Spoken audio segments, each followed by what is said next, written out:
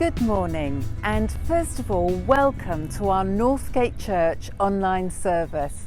It is so good to have you join with our church family, whether it's your first time or your 51st. If you would like to know more about us, connect with us or send in a prayer request, please contact us on our website at northgate.org.uk.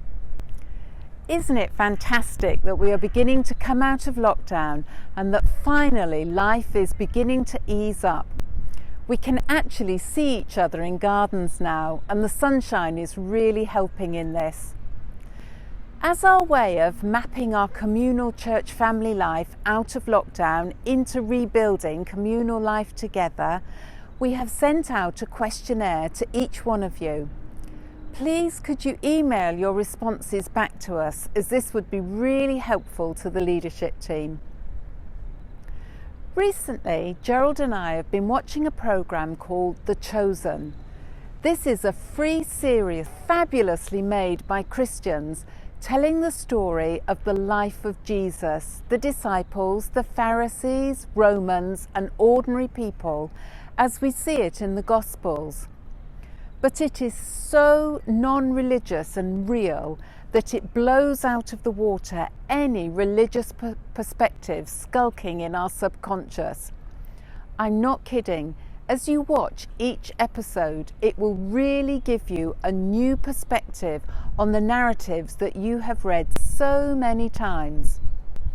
In the tiny cameo I want to share with you, Jesus has already called Peter, James, John and Andrew to follow him. And in this episode, he invites Matthew, a tax collector who is universally hated by his own people, to join the gang too. Peter is outraged by this. Judgment, anger and prejudice figure predominantly in Peter's opinion of Matthew, so much so that he feels the need to draw Jesus aside to warn him about having Matthew as part of the team. Not wanting to expose his own prejudices and make himself look bad in front of Jesus, Peter says to Jesus, "Rabbi, you can't have Matthew as your follower because he's different." Jesus turns to Peter, fully understanding the real prejudices and judgment behind Peter's statement.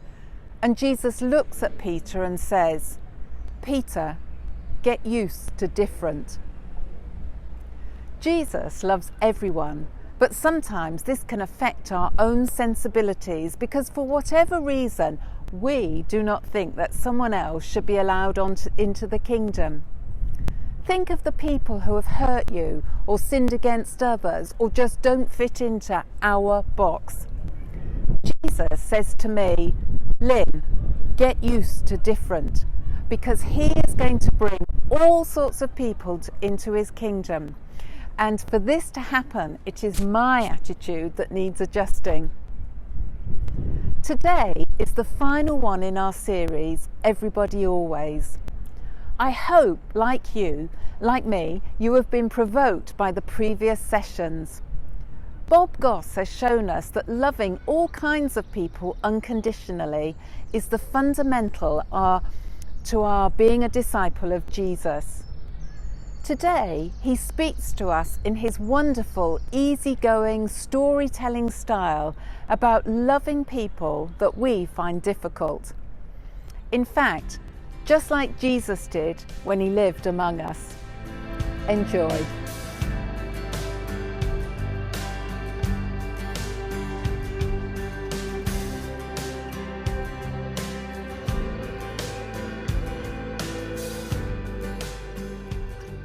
Hey everybody, you made it. Way to go. This is our last session together, but I know it's not going to be your last time together. I hope that some of the friendships that you've made while you've been looking at this, if you've been watching this video series in a group, hope it spawned some discussions. If it hasn't yet, well, no better time than now to talk about the things that you're learning.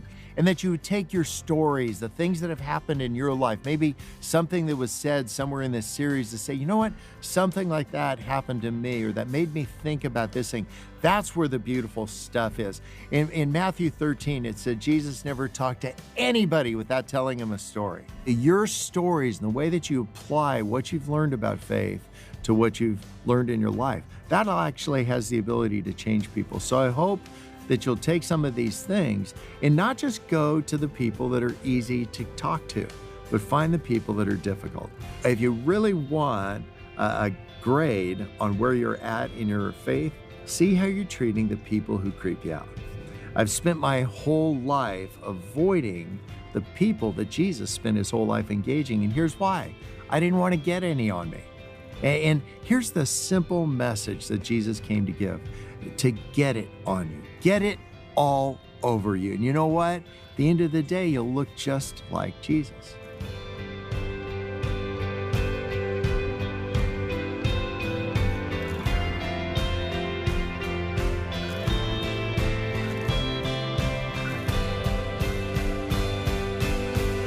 We're sitting in my backyard, and I love this place.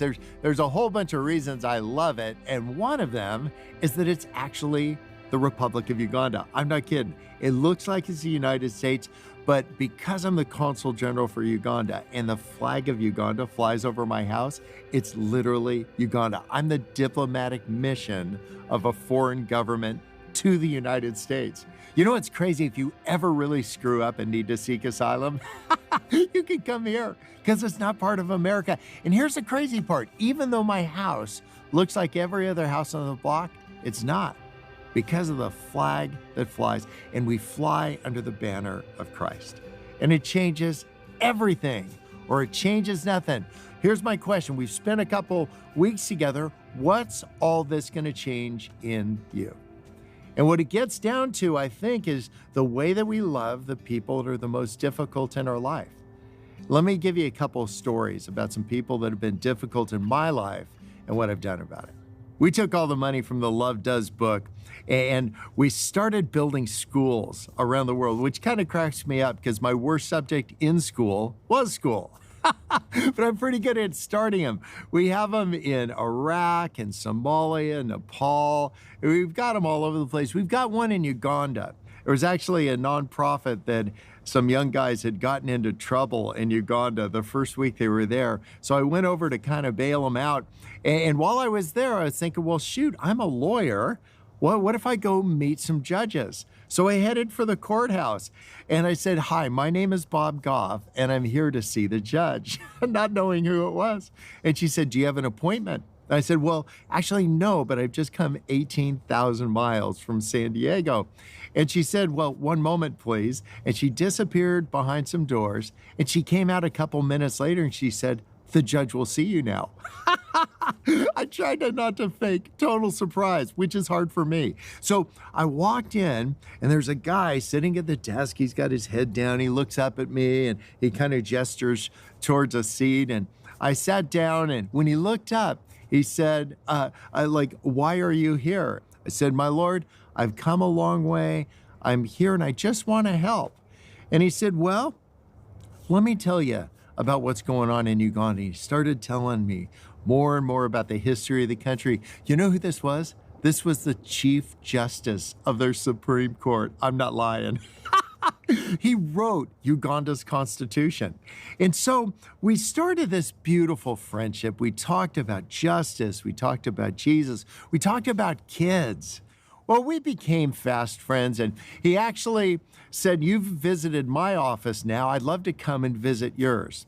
Now, I teach a course at Pepperdine Law School, and so everybody who teaches as an adjunct professor at Pepperdine has to have office hours. But get this, they don't say where. So I have mine on Tom Sawyer Island at Disneyland. And so the Chief Justice of Uganda's Supreme Court flew into LAX and we picked him up and he said, can we go to your office? I'm like, sure. And we drove past all the high rises on Wilshire Boulevard. And we pulled into Disneyland's parking lot. He's like, you have an office here? I'm like, you should see my pirate ship. And I took him on the jungle cruise because I wanted to know what Africa's really like, right? And when we were all done, we went over to Tom Sawyer Island. We had this beautiful conversation. It was about justice, it was about Jesus, and it was about kids again. And we finished the conversation by talking about this horrible practice they have in Uganda. And it's not just Uganda, but many countries, and it's child sacrifice.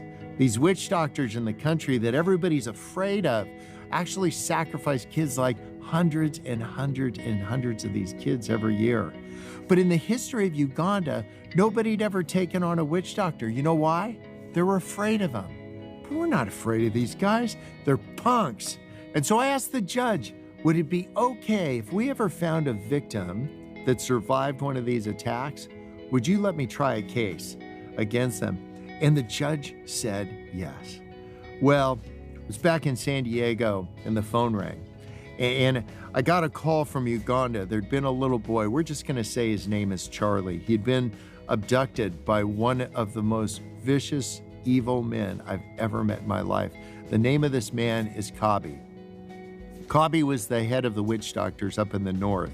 And as Charlie was walking home from school, Kabi abducted him and took him into the bush. The belief in Uganda is that the head or blood or private parts of a little kid have these magical powers. And the problem is this: there's always a victim of these crimes, but they're always dead.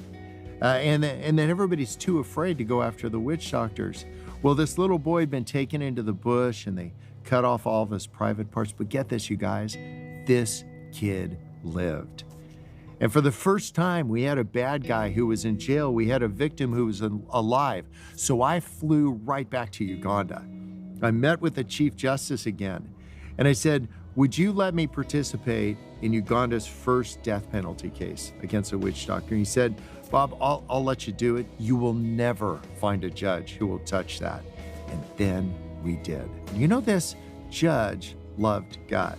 He believed that the power of justice in the world, he could have done anything he wanted, but he decided he was going to take a big risk. And when he said he would try this case, a couple witch doctors showed up at his house. People who are willing to put wheels on their faith are willing to take tremendous risks to do that. Not so they'd be the hero, not so they'd be the victim, but so they'd be a participant.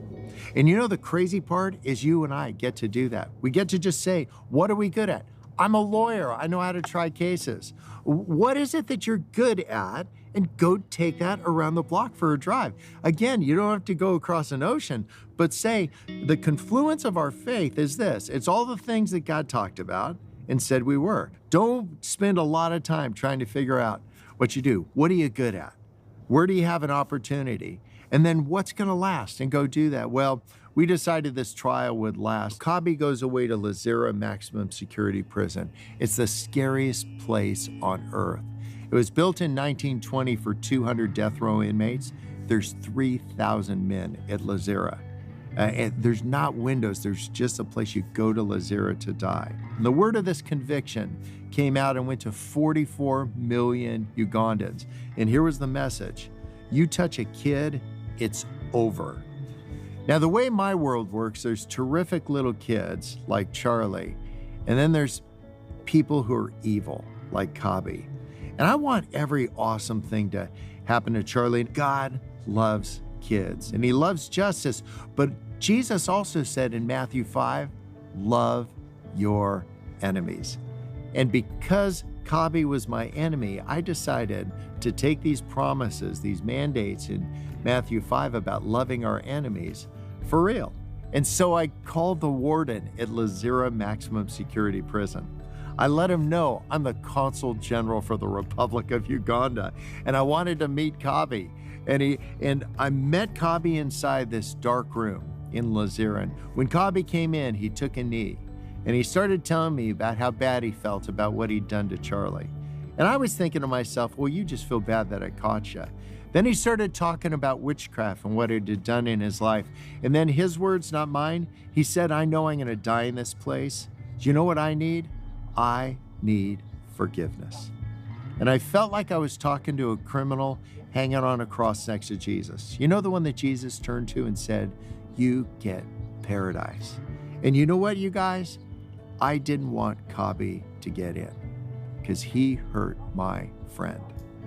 But isn't it terrific that God's ability to forgive us isn't limited by our ability to get it? And get this, Cobby comes to Christ. I'm like, really? Like he's into, I wasn't trying to get him in, I was trying to keep him out. But we don't need to understand everything about forgiveness to get a little. And one of the things that might be keeping you away from this big life that Jesus talked about is that you're just wrapped around the axle being all the earlier versions of you. I know you did something rotten, or you looked at something, or you just got this big secret you don't want anybody to know about. But on your very worst day, on your biggest screw up, you don't want to let anybody know about. Do you know what God calls you? He calls you beloved.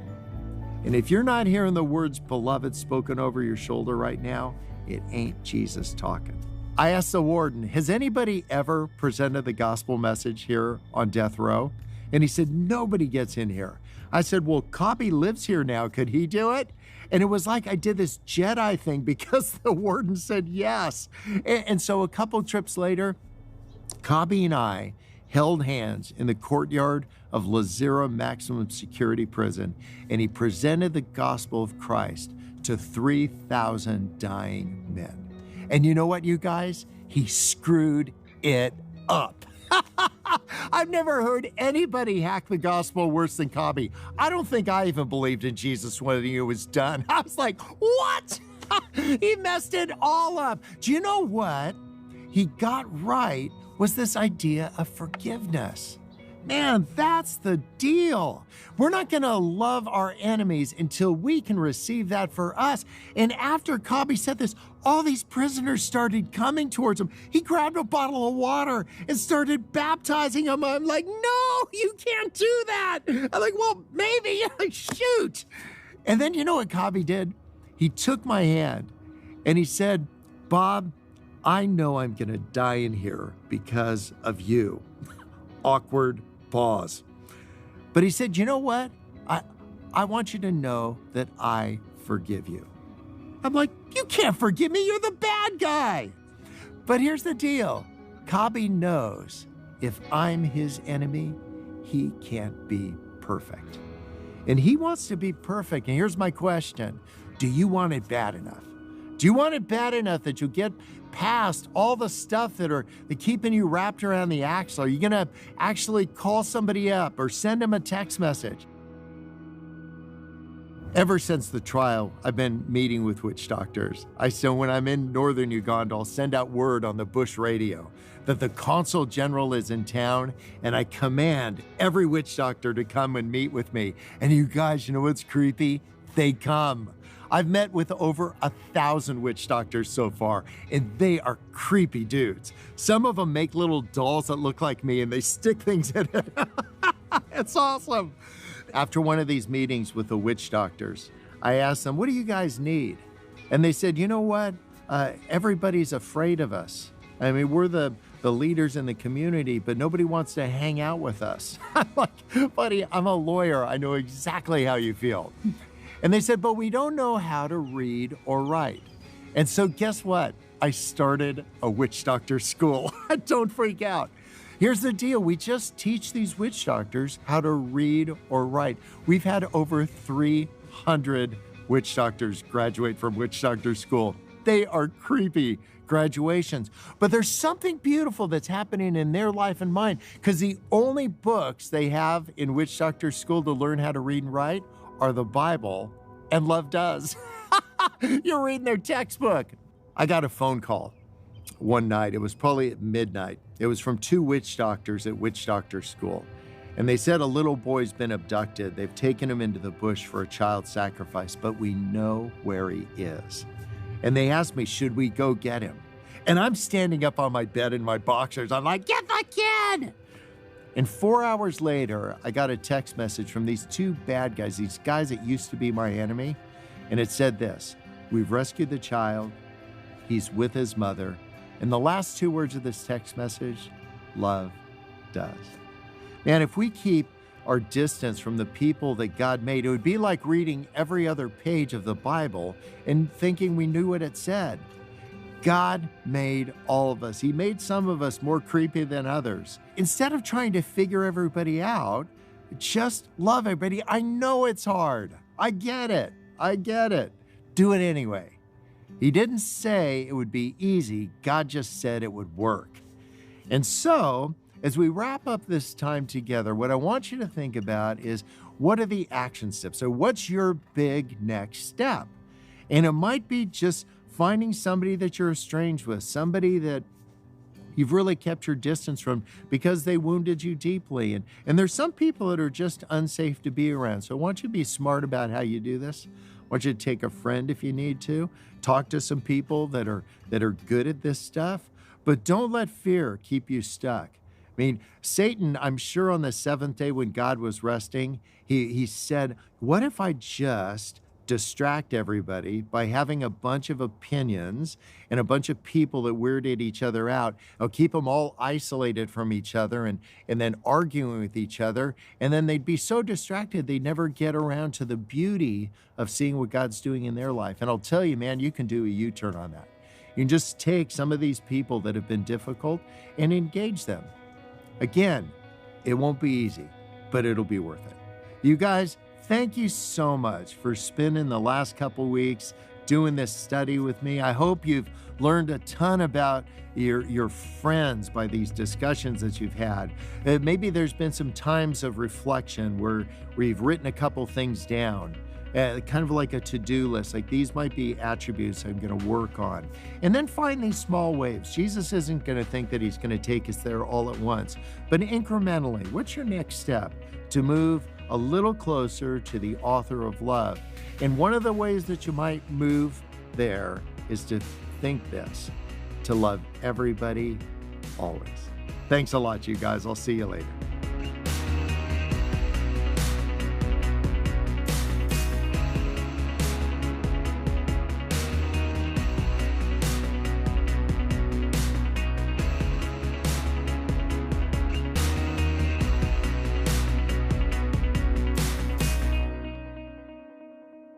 I have so enjoyed this series from Bob Goff. Isn't he a wonderful storyteller? Yet he challenges us to be authentic followers of Jesus by loving everybody, whether they're in our social grouping or tribe or not.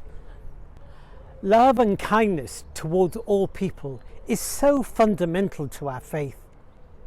Sometimes we just need reminding of what being a disciple, and that is God's representation on earth, is all about. And again this week, Bob evokes some great questions. And here are 4 upon which you can ponder or talk about, probably in your life groups. Firstly, he challenges us by asking, do we actually spend our whole life avoiding the very people Jesus was engaged in?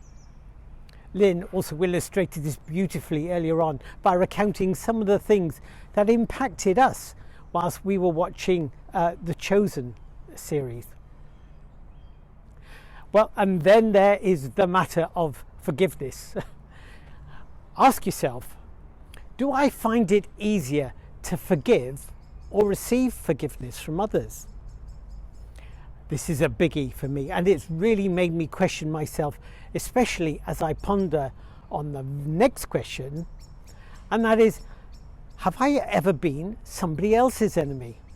Now, there's a thought, and perhaps rather uncomfortable one.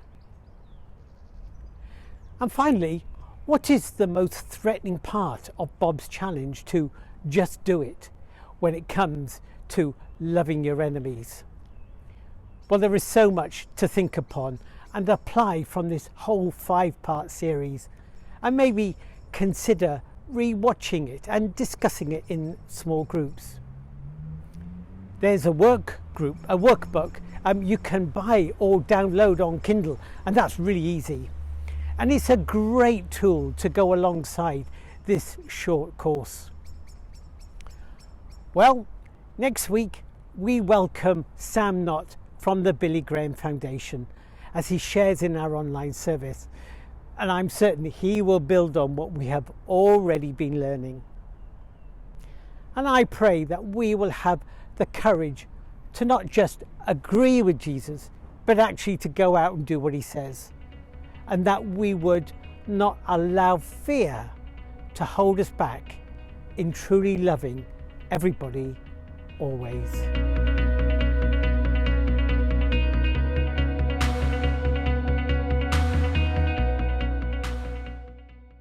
Sure everyone has enjoyed Bob Goff's series on Everybody Always. It's been a real blessing, and I'm sure if you're anything like me, there has been plenty there to challenge you. So let's end with a prayer. Father, we thank you for Bob Goff, and we thank you for his life and the way he leads his life and the way he deals with people. And Lord, as things open up, as things become easier for us to mix with other people, Father, we ask that we might be able to put these things into practice that he has taught us. Lord, may we treat people in the way that you would treat people. May we be Jesus to people. May we be tolerant, Lord. Give us patience. Give us kindness. Give us understanding for people who we might otherwise maybe not talk to or have anything to do with. But Lord, everybody always should become a way of life. And so we pray as we take opportunities now, as life begins to ease and we can mix with people. Father, we ask that the power of your Holy Spirit would help us to be Jesus to people in whatever way you ask us. And we want to be a blessing to you and a blessing to other people, Lord. So just empower us to be who you want us to be, Lord. Amen.